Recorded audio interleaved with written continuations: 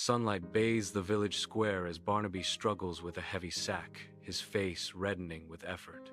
Fitzwilliam, frowning deeply, snaps a cartwheel spoke. The wheel wobbles precariously. Percival hammers at the fence, which buckles and collapses, drawing laughter from onlookers. Sunlight pierces the cracks of a humble hut, illuminating the weathered face of a father. He gathers his 3 sons on the straw floor, a handful of dry sticks clutched in his calloused hand. A solemn command hangs in the air as the father urges, "Break it." The brothers, united, lift heavy sacks, their muscles straining in perfect synchronicity.